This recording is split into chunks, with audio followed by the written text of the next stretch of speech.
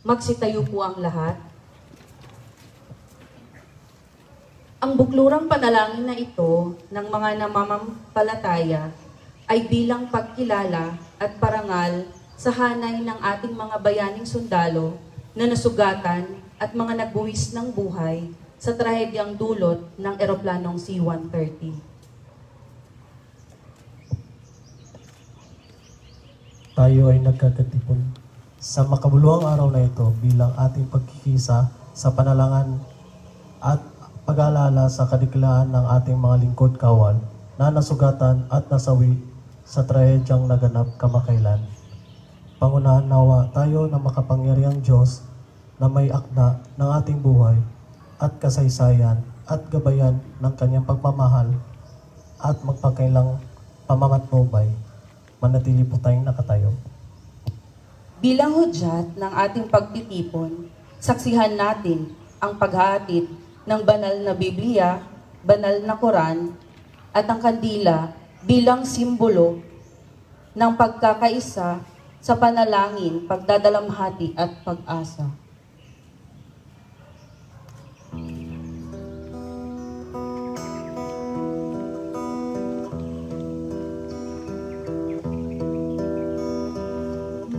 Minsan naman ako daraan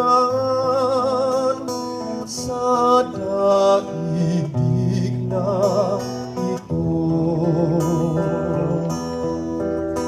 Kaya anuman ang mabuting maaring gawin ko ngayon. O anumang kabutihan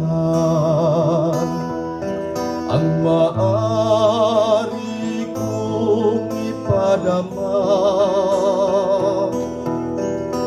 itulot ninyong magawa ko ngayon ang mga bagay na ito. Naway wag ko itong ipagpaliban o ipagwalang pangalan, sapagkat tinapumuning daraan sa ganitong mga landas, mga landas.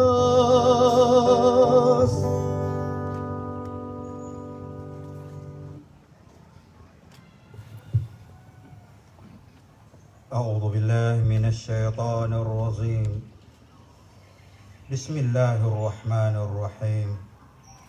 وقال ربكم ادعوني أستجب لكم. Sa ngalan ng Allah, ang pinakamaawain, ang pinakamahabagin. At ang iyong Panginoon ay nagsasabi, manalangin kayo sa akin at kayo ay aking diringgin.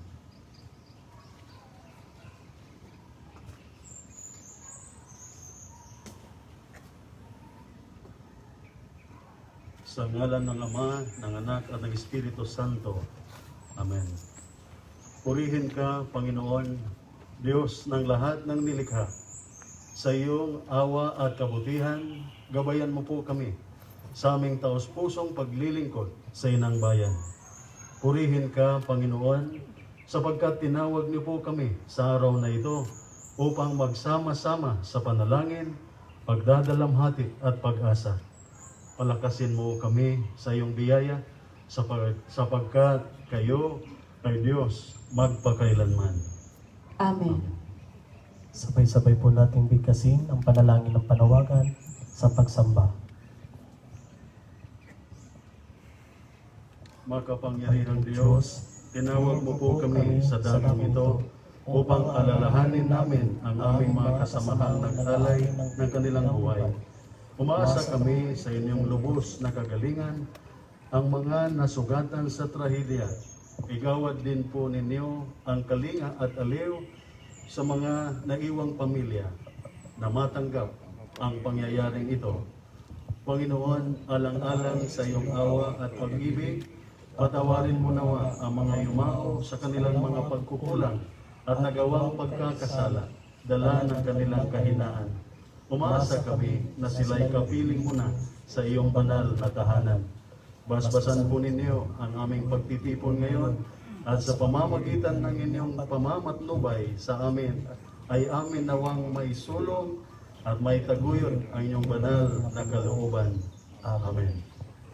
Sa bahaging ito ay atin pong hinihiling ang ating commander ng 4th Infantry Division, Major General Romeo S. Browner Jr., na pangunahan ang pagsisindi ng kandila bilang simbolo ng pagkakaisa sa ating pag-alaala sa mahusay na serbisyo sa bansa ng mga yumao.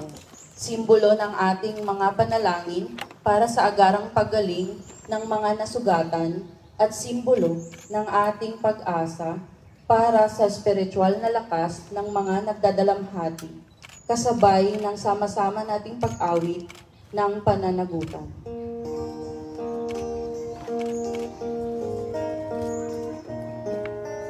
Walang sinuman ang nabubuhay para sa sarili lamang.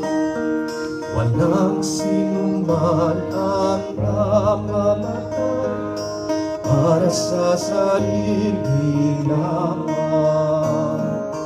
Tayong lahat ay may pananagutan sa isa't isa. Tayong lahat ay tinipo ng Diyos na kapiling niya. Sa ating pagmamahalan at paglilingkod sa kanino man, tayo'y nagdadala ng balita ng kaligtasan. Tayong lahat ay may pananagutan sa isa't isa. Tayong lahat ay tinipo ng Diyos na kapiling niya. Magsiyopo po ang lahat. The Liturgy of the Word. Atin ngayon pakinggan ang pagbasa mula sa banal na Quran na pangungunahan ni Lieutenant Colonel Ramin T. Saisa, Chaplain Service.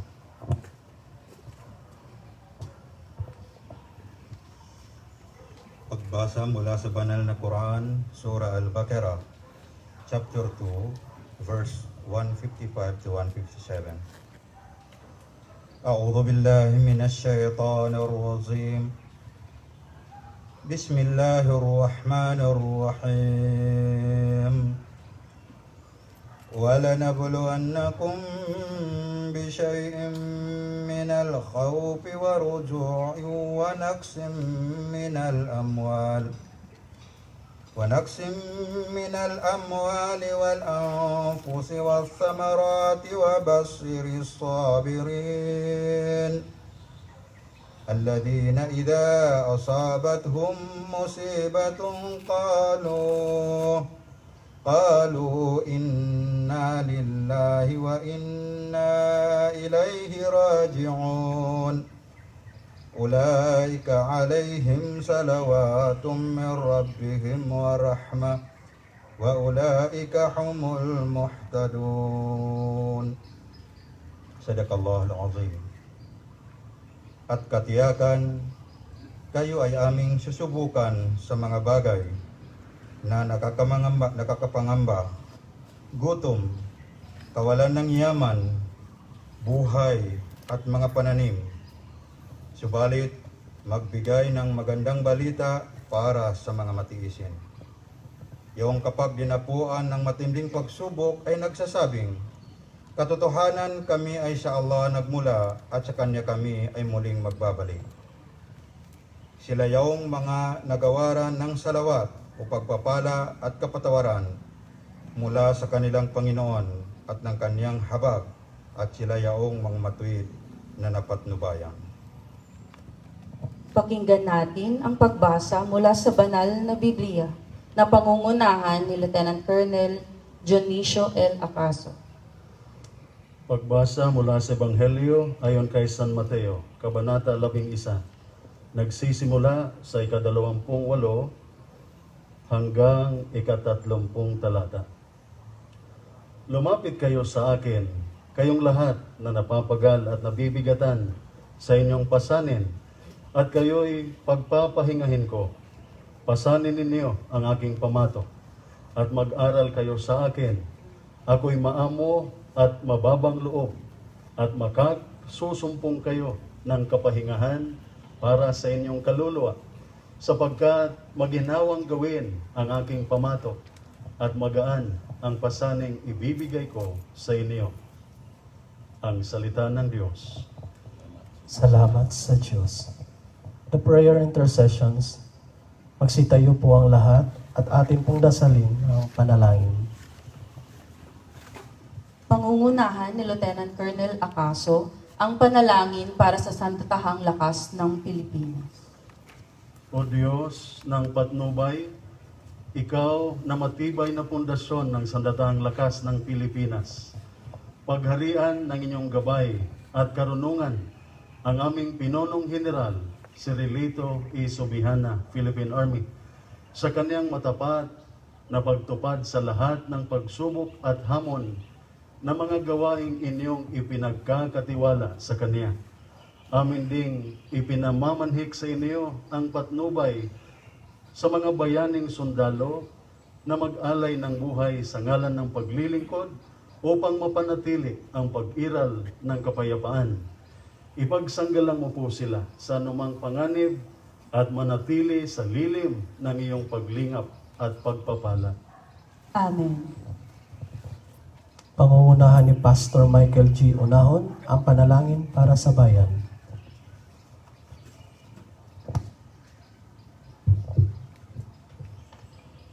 Panginoon na aming gabay, Ikaw po ang pumili sa aming bayang sinilangan.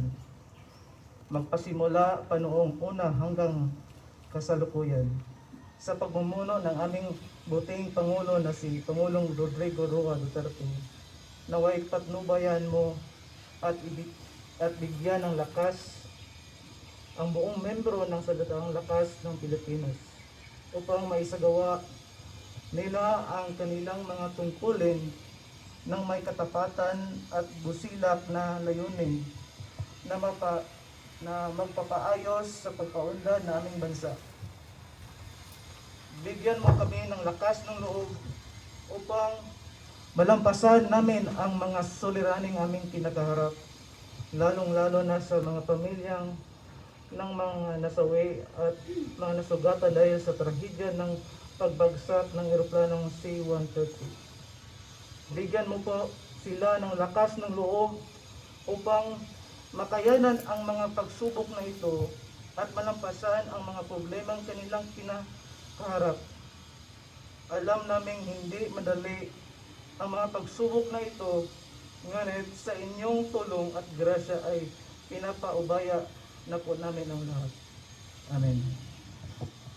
Ang panalangin para sa kapayapaan ay pangungunahan ni Pastor Michael Unahon. Dakila at mahabaging Diyos, prinsipe ng kapayapaan, tulungan mo po kaming harapin ang kinabukasan at iwanan ang mga sugat ng nakaraan. Samahan ninyo po kami sa aming paglalakbay patungo sa kapayapaan at pagkakaisa sa landas ng pagkakabuklod at pagkakaunawaan. Niya'y maging tulay kami bilang mga huwarang anak ng matanggal ang anumang hadlang sa pagkamit ng kapayapaan at maging bahagi kami ng tunay na pagkakaisa at pagmamahalan. Panginoon, naway makamit na namin ang tunay na kapayapaan sa aming mahal na bayan. Amen. Ang panalangin sa pangkalahatang bilang mamamayan at bansa para supuin ang COVID-19 ay pangungunahan ni Lieutenant Colonel Acaso. Mapagmahal at mawain naming Diyos na may kapangyarihan sa buong sanlibutan, sa iyo kami nagsusumamo bilang mga anak mo na sadyang nangangailangan ng iyong kagarang paghilom sa COVID-19. Bigyan mo din kami ng sapat na lakas at maayos na kalusugan upang tuluyan na naming masugpo ang pandemyang ito. Naway ang sambayan ng Pilipino ay makiisa sa programa ng ating pamahalaan na magpabakuna para sa kaligtasan ng lahat. Mahabag ka po sa amin, O Panginoon, at igawad mo ang iyong kapangyarihan para sa mga manggagamot upang pagalingin ang lahat ng mga kababayan naming may karamdaman. Ito ang aming hinihiling sa ngalan ng aming Panginoong Hesus. Amen. Ang panalangin para sa proteksyon ng mga kagamitan ng hukbong sandatahang lakas ng Pilipinas ay pangungunahan ni Lieutenant Colonel Acaso. Mapagpalang Ama, papuri at pasasalamat sa iyong dakilang ngalan. Isinasamo namin sa iyo na kami iyong gabayan sa bawat araw na aming tinatahak. Mapalalim nawa ang aming ugnayan sa iyo sa pamamagitan ng paglilingkod namin sa aming kapwa at sa paglilingkod namin sa mahal naming bayan. Sinasamo namin bendisyonan mo ang mga kagamitan ng sandatahang lakas ng Pilipinas na maging instrumento ito sa pagtataguyod ng kaayusan at may bahagi ang serbisyo ng wasto at may pag-iingat sa kagamitang ito. Gabayan niyo po ang mga gagamit nito na maging maingat sila sa lahat ng pagkakataon, lalong-lalo na sa kaloob mong nag-iisang buhay. Ikaw, Panginoon, ang aming lakas at itinutuon namin sa iyo ang aming puso sa lahat naming gagawin nang sa ganon makapagbigay kami ng karangalan sa iyo sa pamamagitan ng pagbabahagi ng buhay namin sa iba. Amen. Ang panalangin para sa pamilya ng mga yumao ay pangungunahan ni Pastor Onahon. Ama naming naghahari sa lahat, may takda sa lahat ng bagay at lubos na may alam.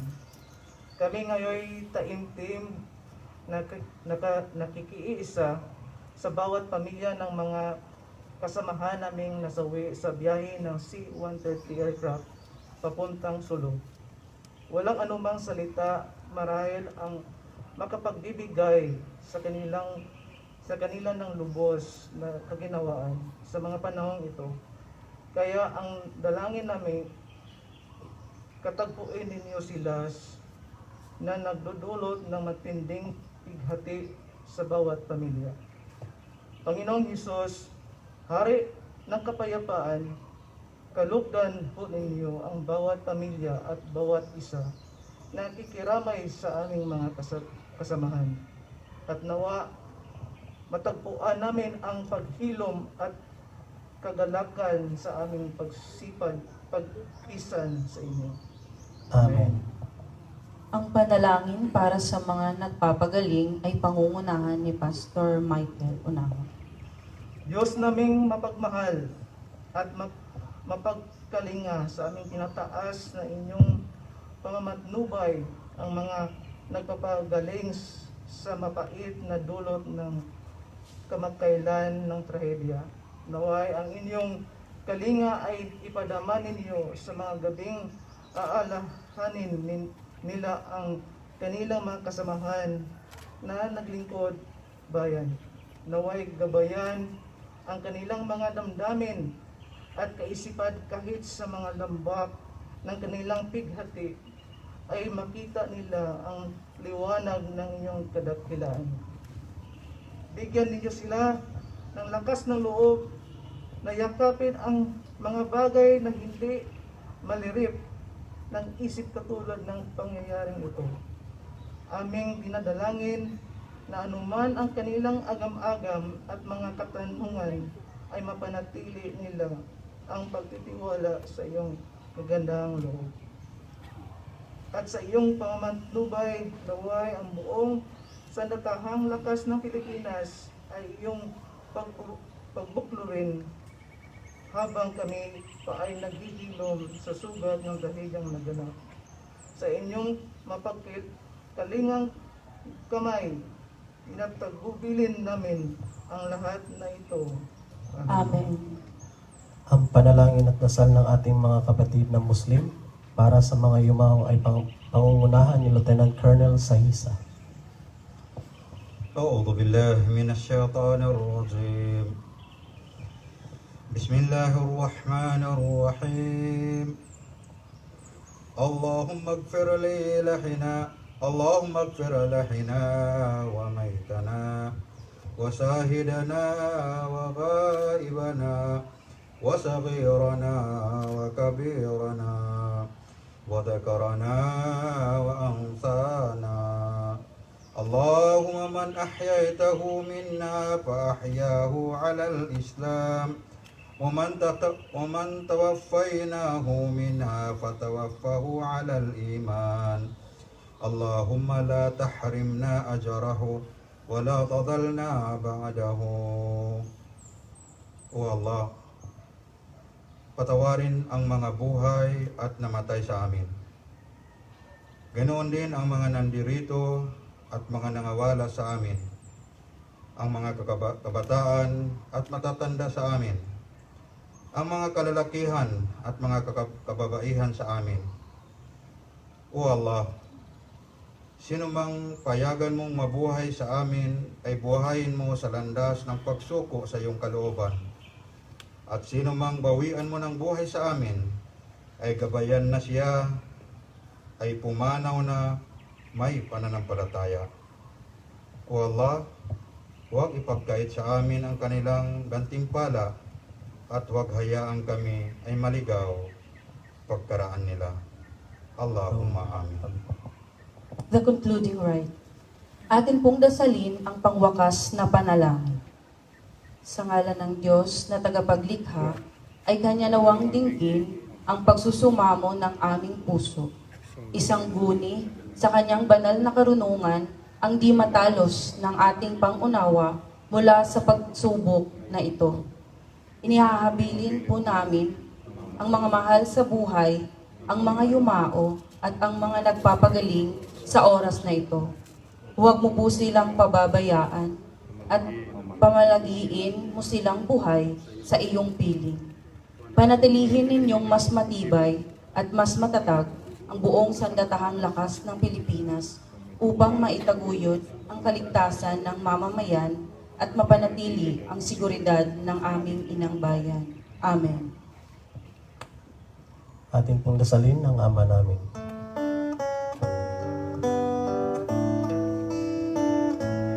Ama namin, sumasalangit ka, sambahin ang ngalan mo. Mapasa amin ang kaharian mo, sundin ang loob mo. Dito sa lupa para ng sa langit, bigyan mo po kami ngayon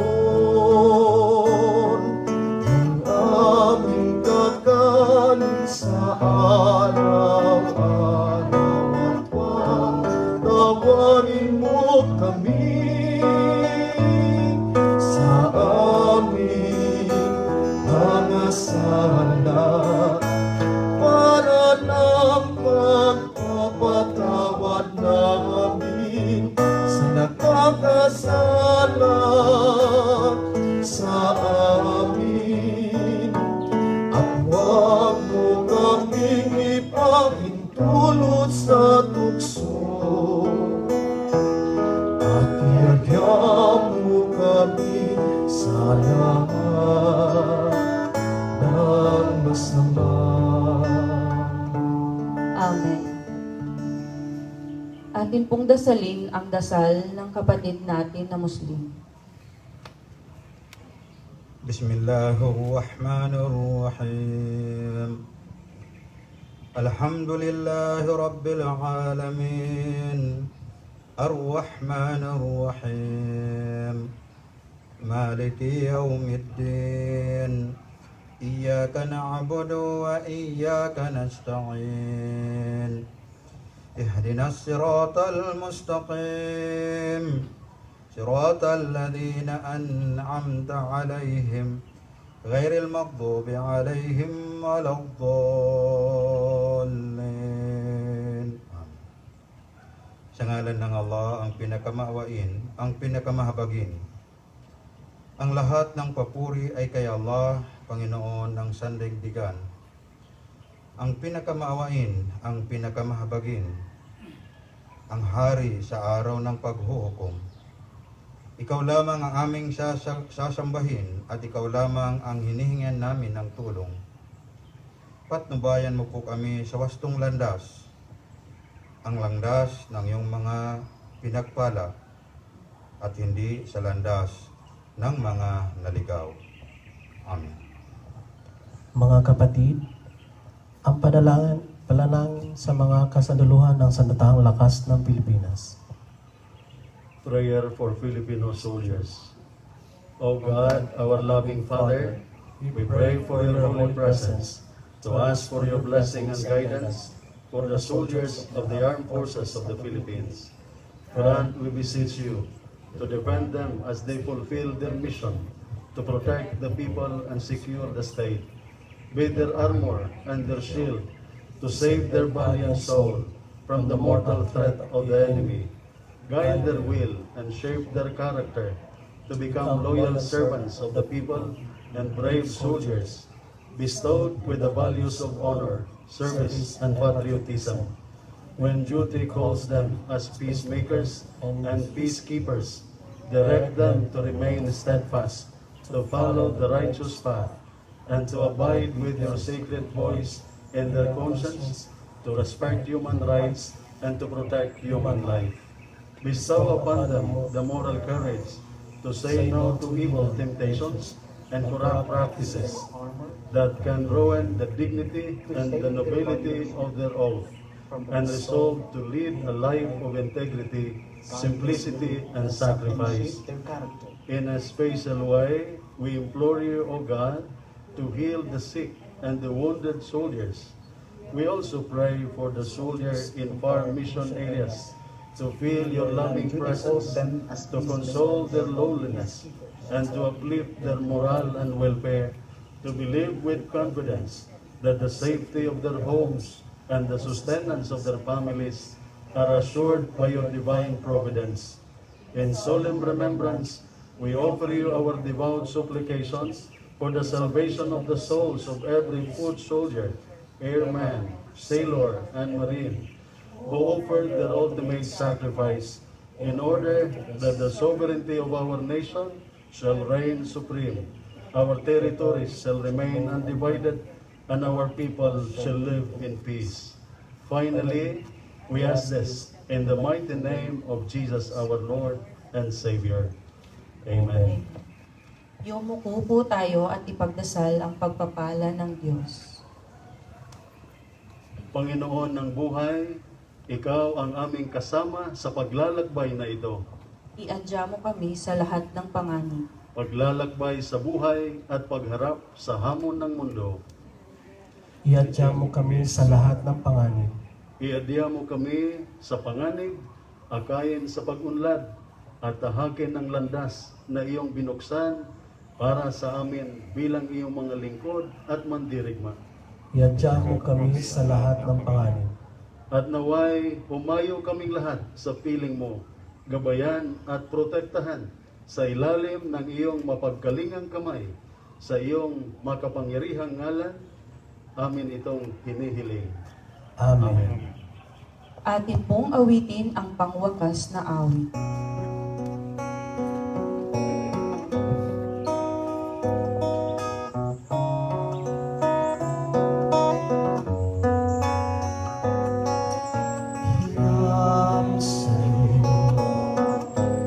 Ang aking buhay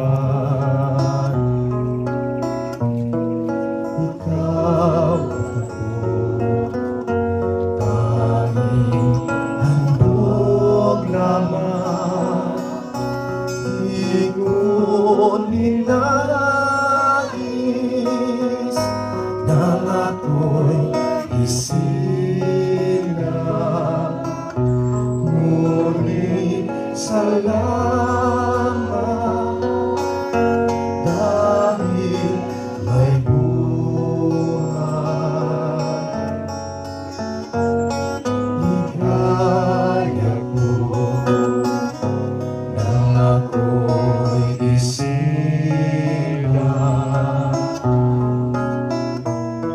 Pagkat ako ay mayroong lahat, sino may pag-ibig, sino nagmamahal, kundi ang tao, Diyos ang pinagmulan, kundi ako umibig,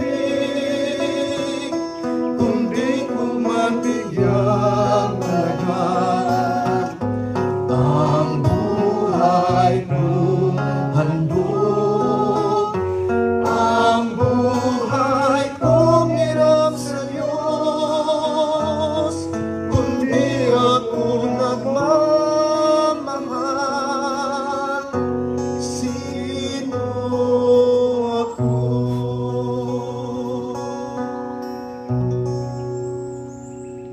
Dito nagtatapos ang ating buklurang panalangin ng mananampalataya para sa sandatahang lakas ng Pilipinas. Sumalangit nawa ang kaluluwa ng mga yumao, pagalingin ang mga nasugatan, akayin tayo ng Diyos sa ating pagdadalamhati. Maraming salamat at pagpalain tayo ng ating Diyos.